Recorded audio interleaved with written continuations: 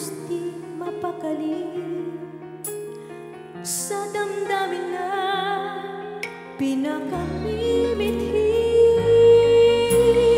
Narito ko na lagi na nakatingin sa mga ulan at bituin. Puso't isip ko ay iisa